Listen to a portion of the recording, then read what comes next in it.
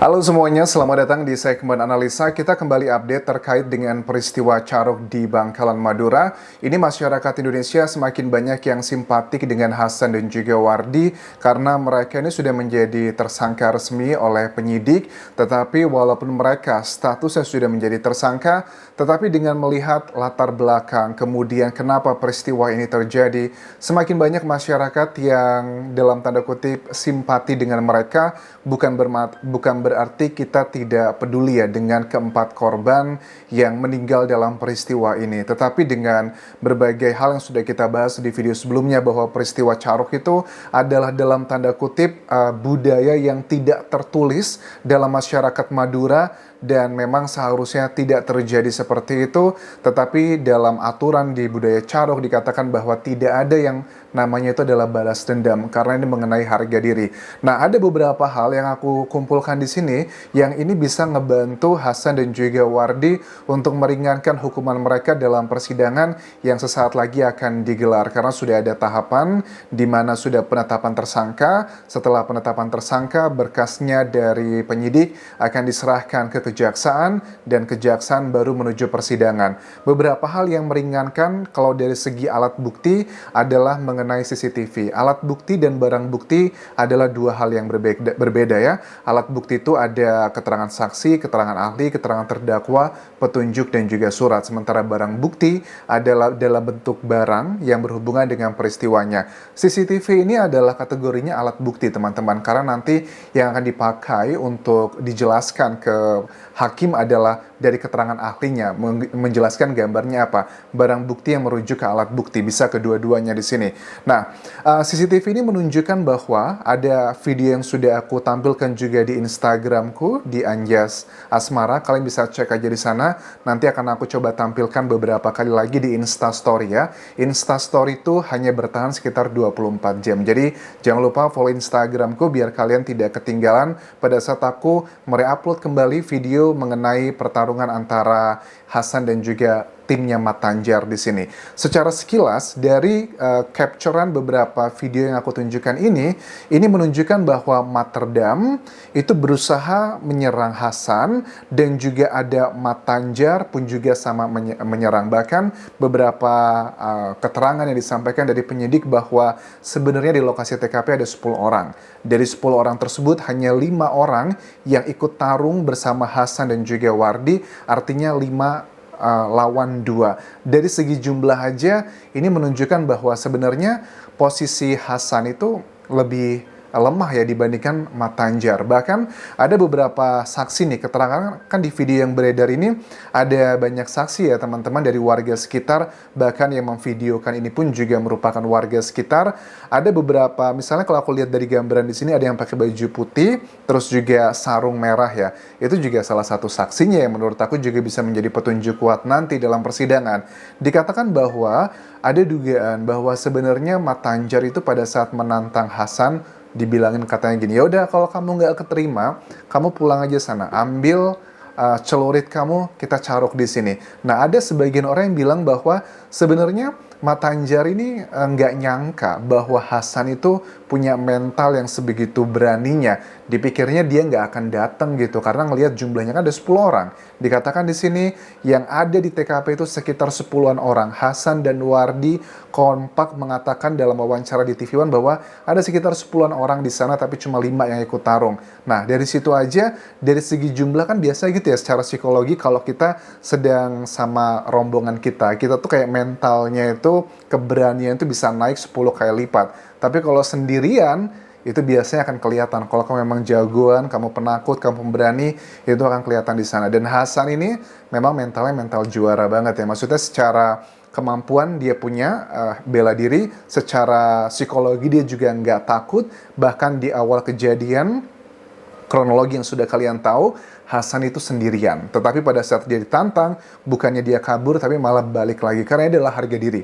Ini menurut mayoritas teman-teman yang komentar pro dengan Hasan. Nah, kita coba lihat dulu. Menurut aku video ini akan membuat meringankan Hasan dan juga Wardi dalam persidangan nanti. Ditambah lagi ada satu hal lagi yang menurut aku akan meringankan adalah pada saat ada wawancara dari keluarganya Hasan dan juga Wardi, kakak mereka, tepatnya bernama Abdul ya, yang menyatakan bahwa mereka ini orang baik sebenarnya, bahkan masih punya tanggungan keluarga. Yang ngebuat aku terharu pada saat ditanya sama hostnya TV One ya, bahwa ada pesan nggak yang disampaikan dari Hasan dan juga Wardi terhadap istri dan juga anak-anak. Pesannya ini yang ngebuat aku, memang harus hakim nanti benar-benar bijaksana dalam memutuskan vonis untuk kedua individu ini. Tolong kasih makan anak saya sama bilangnya ke saya, jaga.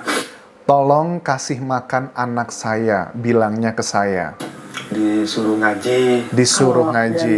Nah, kenapa aku bilang ini bagian yang sangat memilukan sebenarnya. Tolong dikasih makan anak saya. Kemudian aku cek ya, backgroundnya dari kedua tersangka ini apa. Ternyata memang pekerjaan utama mereka kan adalah sebagai tukang parkir. Tanpa bermaksud merendahkan profesi apapun, tetapi mereka ini kan hidupnya itu ya bukan kerja hari ini untuk beli pesawat, untuk beli helikopter, enggak. Mereka kerja hari ini untuk makan besok, dan mereka pun juga punya keluarga. Mereka menjadi tulang punggung. Artinya apa? Ini akan menjadi hal yang meringankan nanti mereka dalam persidangan, karena sekali lagi vonis atau hukuman itu bukanlah alat balas dendam, teman-teman. Semoga ini bisa menjadi pelajaran bagi kita semuanya. Nah, dengan pesan yang disampaikan oleh kakak dari Hasan dan juga Wardi tersebut di media massa, bahwa mereka ini indikasi yang sangat kuat ekonomi mereka tuh pas-pasan gitu. Mereka bukan orang yang kaya raya.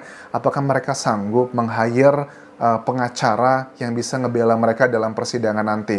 Aku yakin dengan viralnya kasus ini, mudah-mudahan ada pengacara yang mau ngebantu mereka, bukan berarti menidakadakan hukuman buat mereka, tetapi menyesuaikan dengan apa yang sebenarnya terjadi. Karena dalam dunia hukum itu kan, apapun yang tidak terbukti dalam persidangan dikategorikan sebagai tidak terjadi, dan apapun yang terbukti di dalam persidangan belum tentu itu sebenarnya terjadi. Makanya alasan-alasan hal-hal yang bersifatnya kualitatif itu adalah penjelasan lewat kata-kata, terutama mengenai motif, itu harus benar-benar bisa disampaikan secara meyakinkan dan juga logis ke yang mulia hakim nanti.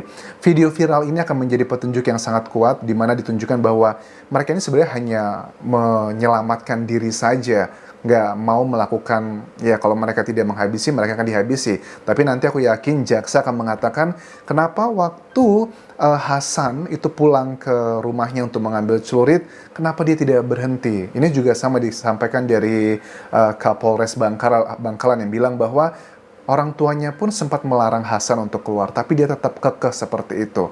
Well, ini harus ada keterangan dari keterangan ahli, terutama adalah budayawan, yang nanti agar bisa membuka ya sudut pandang baru lah yang akan disampaikan ke hakim nanti. Karena ada banyak kasus carok di Bangkalan ya, di Madura ini. Cek aja video sebelumnya, aku bahas ada beberapa kasus carok, tetapi secara singkat itu kayak misalnya pemilihan kepala desa, itu pun juga ribut, senggolan di pasar, itu pun juga carok. Jadi ada beberapa hal yang memang ini ngebuat masyarakat udah kayak kesel gitu loh. Ngapain sih dikit-dikit carok, ngapain sih dikit-dikit emosional seperti ini.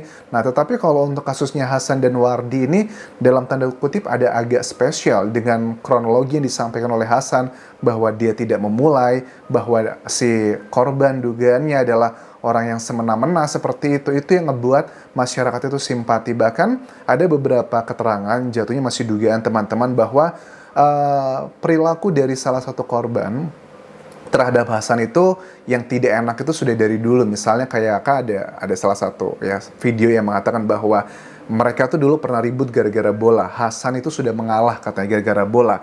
Bukan cuma itu, tapi juga Hasan itu sempat ribut terkait dengan lahan parkir. Hasan pun juga katanya sudah mengalah. Ya, kita juga agak sulit ya membahas mengenai hal ini karena korbannya sudah meninggal dunia, mereka tidak bisa memberikan pembelaan. Tetapi dengan testimoni yang disampaikan oleh banyak orang yang berasal dari kawasan Bangkalan tersebut, yang mengatakan bahwa salah satu dari korban itu adalah seorang guru silat, kemudian juga dengan beberapa behavior atau perilaku yang dikategorikan semena-mena. Jadi agak sulit untuk masyarakat tidak simpati dengan Hasan dan juga Wardi.